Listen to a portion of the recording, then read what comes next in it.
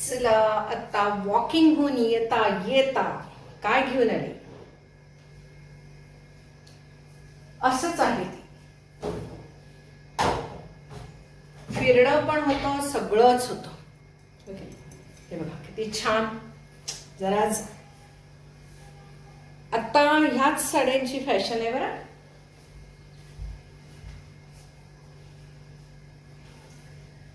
छान शिवलाय ना ब्लाऊज मावशींनी. छान शिवतात, प्रश्नच नाही. चला एकीकडे चहा ठेवूया आणि गप्पा मारूयाच. एक अगदी आत्ता बघण्यात आलं, मग म्हटलं सांगावं तुम्हाला काय चालू ती गार्डनमध्ये की नाही. आमच्या इथे सगळेजण येत असतात शूटिंग करायला. शूटिंग जे आजकाल फार म्हणजे फार महत्त्वाचं आहे. शूटिंग प्रत्येक आपल्या प्रसंगांचं जीवनातल्या व्हिडिओ काढावा, फोटो. पूर्वी कसं फक्त कॅमेरा होता त्यामुळे फोटो काढले जायचे खूप सारे. मग ते आपण फोटो घरी आल्यानंतर, म्हणजे तो 36चा वगैरे तो कडाकचा वगैरे कॅमेरा होता, 36 वगैरे त्याच्यात फोटो निघायचे. त्यामुळे परदेशाला जायचं असलं तर एक 3-4 रोल सोबत घेऊन जायचे. त्यानंतर घरी आल्यानंतर ते फोटो सगळे डेव्हलप करायला द्यायचे लॅबोरेटरीमध्ये. ते मग फोटो येणार आणि मग आपण ते बघणार. आपल्याकडे सुरुवातीला फार कमी फोटो काढायचो, नंतर आपण खूप सारे फोटो काढायला लागलो. आणि मग तरीसुद्धा ती एक कॉपी जवळजवळ 7-8 रुपयाला पडायची आपल्याला. तर तेही जरा महागडच होतो. मग नंतर जेव्हा आपल्याकडे कॅमेरा आला मोबाईलमध्ये, मग त्याच्यात व्हिडिओसुद्धा आला ना. मग फोटो आणि व्हिडिओचं तंत्र प्रचंड. आणि मग ते हे जे आहे फोटो आणि व्हिडिओ लॅपटॉपला सेव्ह करायचे, ते मेमरी कार्ड आहेत त्याच्यात सेव्ह करायची. आणि जसं हे सगळं स्वस्त आणि सहज आणि सुलभ झालं, सोपं झालं सगळं. म्हणजे ते घेऊन जायला नको, लॅबोरेटरीमध्ये परत डेव्हलप करायला नको, काही नको. घरी येऊन फक्त एका लॅपटॉपवर टाकलं किंवा आपल्या साईटवर टाकलं, काम झालं. वेबसाईटवर इन्स्टा, यूट्यूब, फेसबुक सेव्ह होऊन राहतात तिथे. त्यामुळे खूप सारे फोटो काढणं सुरू झालं, खूप सारे व्हिडिओज काढणं सुरू झालं. मग जेव्हा जेव्हा आपण एखाद्या कार्यक्रमाला जातो, फिरायला जातो, हिंडायला जातो, निसर्गामध्ये जातो, देवदर्शनाला जातो, भेटायला जातो, आपण नवरा बायको टाईम स्पेंड करायला जातो, तरुणपणी, म्हातारपणी, सगळेजण जेव्हा आपण एकत्र येतो त्यावेळेला तो काळ आपल्याला एकत्र घालवायचा असतो आनंदाने. परंतु तो काळ आपण एकमेकांना देण्याच्या ऐवजी फोटो यामध्येच आपण तो सर्व काळ घालवतो. Photo video. आता समजा आपण 4-5 मैत्रिणी गेलेलो आहोत किंवा नवरा बायको आपण सोबत गेली. कसला आवाज यायला लागला बघा.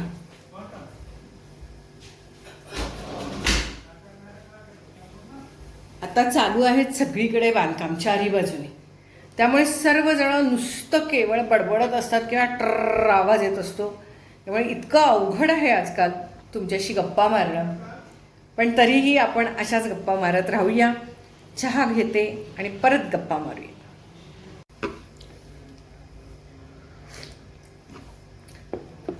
आता कुठेही तुम्ही फिरायला गेलात की समजा सगळ्याजणी मैत्रिणी तुम्ही भेटलेला आहात, तर अशा वेळेला तिथे जी नसेल तिला व्हिडिओ कॉल करायचा आणि ते सर्व दाखवायचं. इथे सगळ्यांचं लक्ष असतं. समजा आपण हिंडायला फिरायला कुठेतरी गेलेलो आहे, तर घरात जे असतात त्यांना दाखवायचं, हे बघा, ते बघा. म्हणजे ॲक्च्युली स्वतः बघायच्या ऐवजी व्हिडिओ शूटिंग चालू असतं, व्हिडिओ रेकॉर्डिंग चालू असतं. त्याच्यापेक्षा आजकाल व्हिडिओ कॉल पण हा प्रकार एक आलेला आहे की ज्याच्यामुळे सतत त्या व्हिडिओ कॉलमुळे आपण ज्या व्यक्तींच्या सोबत असतो त्या व्यक्तींच्या सोबत आपण अजिबात नसतो. ज्या व्यक्तींच्या सोबत आपण गेलेलो असतो त्या व्यक्तींच्या सोबत आपण असतच नाही. आपण व्हिडिओ कॉल करून इतरांनाच ते सर्व दाखवत असतो. हे पहा, हे पहा, हे पहा. आम्ही हरिद्वारला गेलो होतो, त्या ठिकाणी गंगा आरतीच्या वेळेला प्रत्येक जणांचे मोबाईल असे होते आणि त्या मोबाईलवरती कोणीतरी म्हणजे व्हिडिओ कॉल सगळ्यांचे चालू होते. काहींचे व्हिडिओ रेकॉर्डिंग चालू होतं, काहींचं व्हिडिओ कॉल चालू होतं. व्हिडिओ रेकॉर्डिंग जे चालू असतं त्यावेळेला आपण व्हिडिओ रेकॉर्डिंग करताना त्या व्हिडिओ रेकॉर्डिंगमध्ये बघत असतो, प्रत्यक्ष साईटकडे बघतच नसतो. व्हिडिओ कॉल करताना सुद्धा आपण सगळं असं दाखवत असतो आणि त्यांना बरोबर दिसतंय की नाही हे बघण्यासाठी आपण आपलं लक्ष सगळं फोनमध्येच असतं आणि आपण जे घरात असतात किंवा इतरांनाच आपण ह्या सर्व गोष्टी दाखवत असतो. हे पहा, हे पहा, हे पहा. आम्ही केदारनाथला गेलो होतो तेव्हा सुद्धा असंच. प्रत्येकाचे स्वतः तिथे दर्शन घ्यायचं, स्वतः तिथला अनुभव घ्यायचा, ह्याच्यापेक्षा इतर कुणाला तरी व्हिडिओ कॉलिंगवरती सगळं दाखवायचं. हे पहा, हे पहा, म्हणजे आम्ही इथं आलेलो आहोत आणि आम्ही हे अनुभवत आहोत हे दाखवण्यात सगळ्यांचं लक्ष असतं.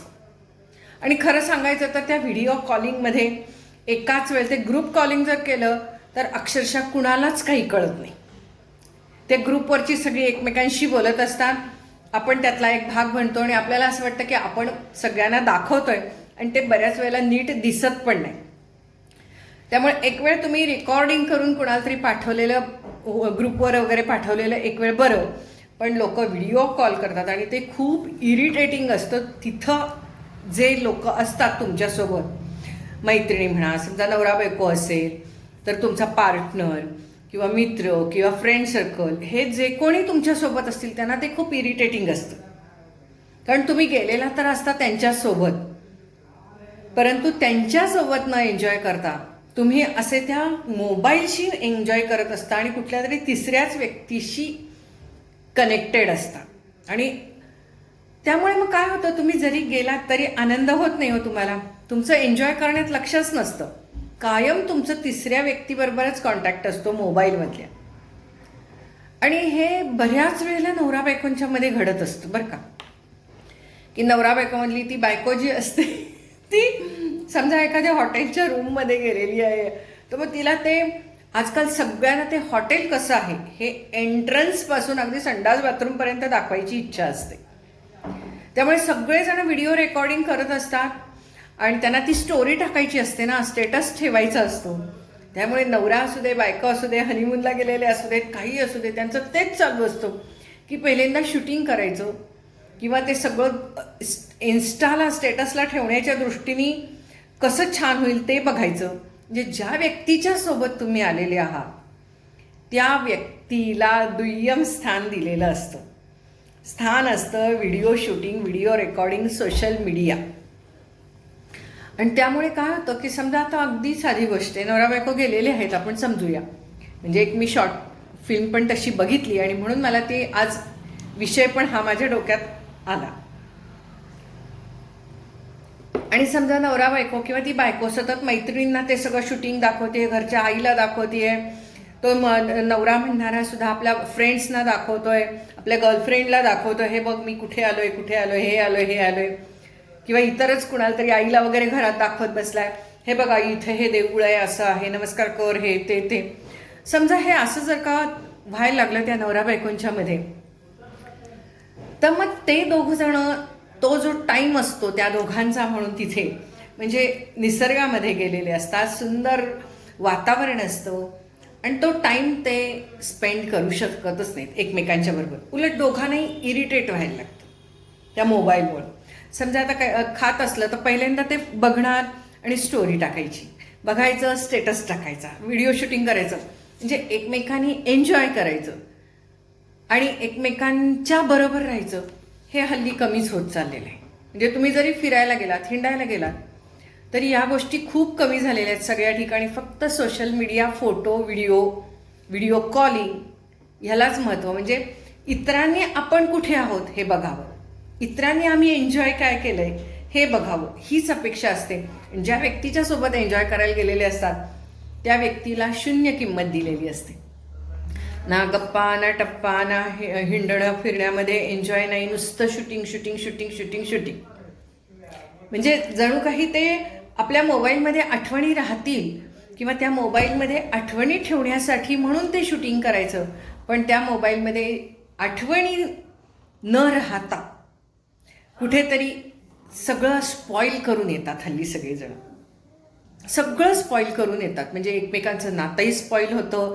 समजा कोणी फ्रेंड्स सोबत गेलेले असतील तर पुन्हा त्या काही एकत्र जात नाहीत कुठे. नवरा बायको सुद्धा वारंवार असं व्हायला लागलं तर मग असं वाटतं की कशाला जायचं, काय गरज आहे, तिथे जाऊन काय उपयोग हो. म्हणजे अशा सगळ्या ह्या गोष्टी होतात आणि नात्यामध्ये दुरावा येतो. हळूहळू नात्यातलं प्रेम संपत जातो, संभाषण संपत जातं, काय बोलायचं एकमेकांशी, गप्पा काय मारायच्या, हे सगळं संपत जातं. त्या वातावरणाचा अनुभव, निसर्गाचा अनुभव हे संपत जातं. गाडीतनं दोघं जण मस्तपैकी जाताना खूप छान एन्जॉय करत छान गेलेले असतात. तिथे गेल्यावरती वेगवेगळे ड्रेसेस बदलण्यातच तिचा सगळा मूड असतो. फोटो काढणे, शूटिंग करणे याच्यामध्ये तिचं सगळं लक्ष असतं. त्यानंतर सुद्धा संपूर्ण दिवस त्यांनी काही एन्जॉय केलेलाच नसतो. गप्पा टप्पा काही नाही. रात्रीसुद्धा दमून झोपून जातं. अशा वेळेला मग लक्षात येतं की आपण काय हरवलं आपल्यातलं. आणि हे बऱ्याच वेळेला नवरा बायकोंच्या मध्ये होतं. म्हणजे उलट घरातून लोक बाहेर जातात की बाहेर गेल्यावरती वेळ मिळेल, कारण घरात कामामध्ये वेळ मिळत नाही म्हणून.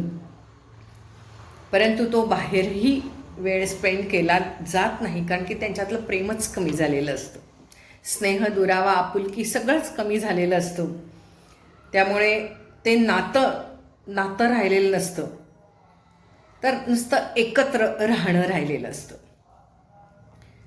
मग आता हळूहळू कसं व्हायला लागले ते सोशल मीडियाला स्टोरी टाकायच्या, त्याच्या लाईक्स मिळण्यासाठी स्टोरी टाकायच्या, स्टेटसला कोण कोण बघितलं बघायचं.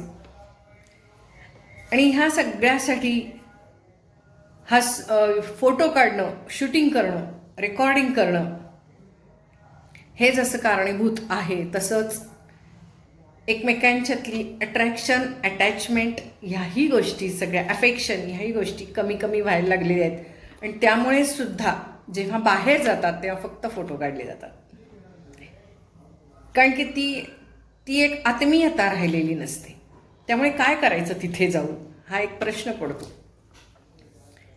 आणि हे हल्ली बऱ्याच ठिकाणी बघायला मिळालेलं आहे. याचा काय मार्ग काय काढायचा याच्यातून. तर बऱ्याच वेळेला काउन्सिलरकडे गेल्यावरती काउन्सिलर सांगतात की दोघांनी एकमेकाला वेळ दिला पाहिजे, दोघांनी एकमेकांशी शेअरिंग केअरिंग झालं पाहिजे. आणि म्हणून ते दोघं जण, ते शॉर्ट फिल्ममध्ये दाखवलं त्यांनी की म्हणून ते दोघं जण बाहेर जायचा प्लॅन करतात. सुंदर मस्तपैकी गाडी, छान वातावरण सगळं होतं. आणि तिथे गेल्यावरती त्यांच्यात तो संवादच साधला जात नाही काही कारणामुळे. शेअरिंग केअरिंग काहीही होत नाही. ती आपुलकी, त्या भावना ह्याही शेअर होत नाहीत त्याच्यामध्ये. आणि मग जाताना ज्या ह्यानी ते दोघं जण गेलेले असतात, येताना ते गप्प येतात. 4 दिवसासाठी गेलेले 2 दिवसातच वापस येतात, असं त्यांनी त्याच्यात दाखवलं. आणि येताना ते दोघंही गप्प एकमेकांशी एक शब्दही बोलत नाहीत, असं त्यांनी दाखवलेलं आहे. पण तो ड्रायव्हिंग करत असतो आणि ती अखंड मोबाईलमध्ये असते, आपले फोटोज बघत असते, आपले व्हिडिओज बघत असते, त्यात ती खूप आनंद मानत असते. आणि इतर सगळ्यांचे किती लाईक्स आलेले आहेत स्टेटसला हे बघत असते. म्हणजे हल्ली कुटुंब हे एकत्र, म्हणजे दोघं जण जेव्हा ते एकत्र जातात तेव्हा ते एक कुटुंब म्हणून जात नाहीत, तर फक्त एकमेकाला एक सोबत पाहिजे म्हणून जातात. आणि दोघंही आपलं लाईफ जगतात. त्यामध्ये तोही तिथं गेल्यावरती वर्क फ्रॉम होम करतो, लॅपटॉपवरती बसतो. ती जेव्हा त्याला म्हणते की माझे फोटो काढ तेव्हा तो उत्साह दाखवत नाही, असं त्या शॉर्ट फिल्ममध्ये दाखवले. तो उत्साह दाखवत नाही. आपलं काढायचं म्हणून काढायचं केलंय असं, झालं काय काढायचं म्हणून. मग ती तिथल्या आसपासच्या लोकांना वेटरला वगैरे सांगते आणि आपले बरेच सारे तिनं फोटो काढून ती घेते, कारण तिला एन्जॉय करायचं असतं आणि मग ती अशा पद्धतीने एन्जॉय करते स्वतः. आणि नंतर मग येताना तिच्याही लक्षात येतं की आपण कशासाठी गेलो होतो आणि काय घेऊन आलो. पण ती आनंद मानते की मी एवढे सारे फोटो आहेत माझ्याजवळ, एवढं सगळं एन्जॉय मी केलं. तो त्यालाही जाताना असं वाटत असतं की आपण काहीतरी घेऊन येणार आहोत, पण जाताना तो लॅपटॉप बरोबर नेल्यामुळं आणि वर्क फ्रॉम होम काही काम सगळं सोबत नेल्यामुळे त्या मीटिंग्समध्ये तो अगदी बिझी राहतो आणि त्यामुळे तिथे सुद्धा तो तिला टाईम देऊ शकत नाही आणि दोघंही ते एकमेकांच्या सोबत राहत नाही असं त्यांनी त्यामध्ये दाखवतात. येताना गप्पच येतात आणि नंतर ते जेव्हा काउन्सिलरकडे जातात पुन्हा एकदा, तेव्हा ते काउन्सिलरला काहीच सांगत नाहीत. ती म्हणते की मी खूप फोटो काढले, तो म्हणतो माझं काम होतं, मी मीटिंग्स केल्या. ती डोक्याला हात लावली. असं त्यांनी त्याचा शेवट केलेला आहे. पण हा जरी शेवट असला तरी आत्ताची ही सत्य परिस्थिती अशीच आहे. नात्यातला दुरावा आणि नात्यातला कोरडेपणा वाढत चाललेला आहे आणि म्हणून कुठे ना कुठेतरी लग्न, कुटुंब यावरचा विश्वास सगळ्यांचाच कमी होत चाललेला आहे. कशासाठी हे सर्व करायचं जर का यामध्ये आनंद नसेल तर, असं वाटत चाललेलं आहे. विचार करा.